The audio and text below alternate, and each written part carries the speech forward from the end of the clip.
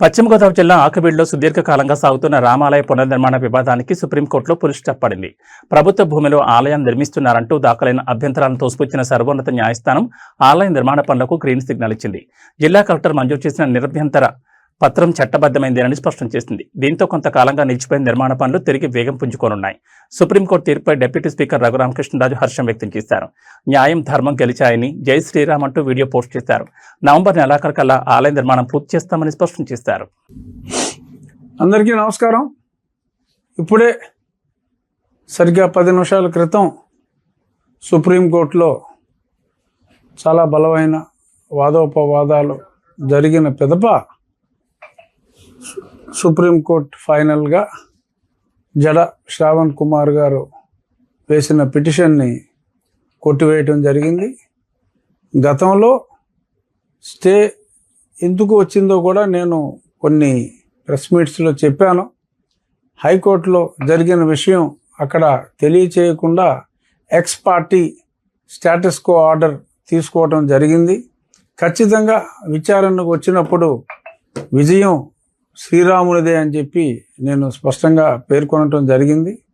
ఈరోజు హైకోర్టులో ఉన్న ఆర్డర్స్ అన్నీ కూడా హైకోర్టులో 3 బెంచుల్లో కూడా మరి తోసిపుచ్చిన తర్వాత ఆ సమాచారం అక్కడ పెట్టినందువల్ల ఈ స్టేటస్ కో వచ్చింది అని ఇక్కడ ఉన్న హైకోర్టు ఆర్డర్స్ని మా న్యాయవాది సుయోధన్, మన తెలుగు వ్యక్తి, ఢిల్లీలో స్థిరపడిన తెలుగు లాయర్ సుయోధన్ చాలా ప్రతిభావంతంగా తన ఆర్గ్యుమెంట్స్ వినిపించాడు.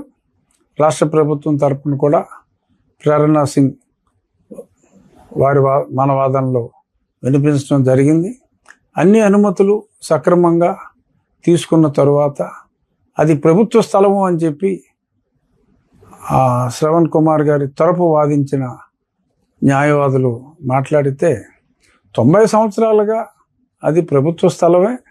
ప్రభుత్వ స్థలంలో ఉన్న దేవాలయ స్థానంలో మళ్ళీ తిరిగి దేవాలయం కట్టుకుంటే దానికి అభ్యంతరం ఏమిటి అని చెప్పి సుప్రీంకోర్టు కూడా ప్రశ్నించి ఆ పిటిషన్ని కొట్టివేయటం జరిగింది.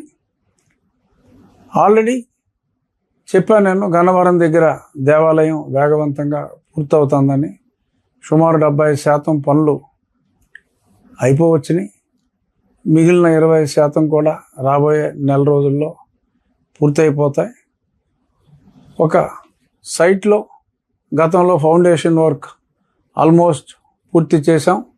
ఇంకొన్ని ఫౌండేషన్ వర్క్స్ రేపు ఉదయాన్నే మళ్ళీ తిరిగి పనులు సైట్లో పునఃప్రారంభించి 2 వారాల తర్వాత ఎరెక్షన్, అంటే ఏ రాయికి ఆ రాయి నమూనా ప్రకారం కృష్ణశిలతో గన్నవరంలో రెడీ అయిన స్టోన్స్ అన్నీ ఆ డిజైన్ ప్రకారం తీసుకొచ్చి అతి త్వరలో, ఇంకా మా ఎస్టిమేషన్ గతంలో చెప్పినట్టే ఎటువంటి ఆలస్యం జరగదు, నవంబర్ నెలకు పూర్తి చేస్తామని చెప్పాను.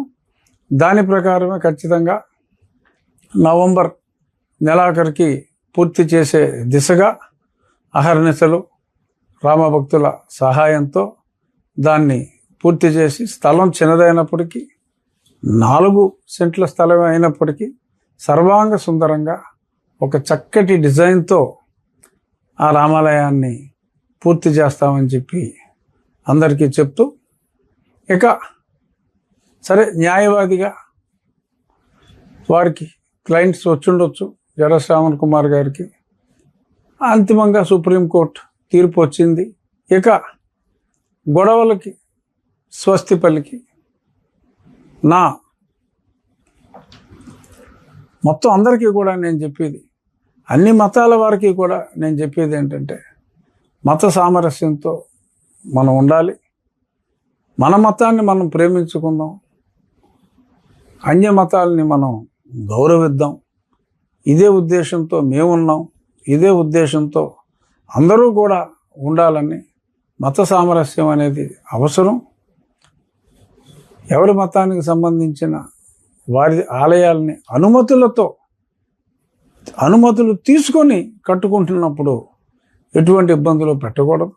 అనుమతులు లేకుండా కడితే ఓకే, చట్ట ప్రకారం శ్రవణ్ కుమార్ గారు కావచ్చు, ఎవరైనా చర్యలు తీసుకోవచ్చు. అలాగే అనుమతులు లేకుండా చట్ట ప్రకారం ఎవరు చేసినా కూడా అది సమంజసం కాదు.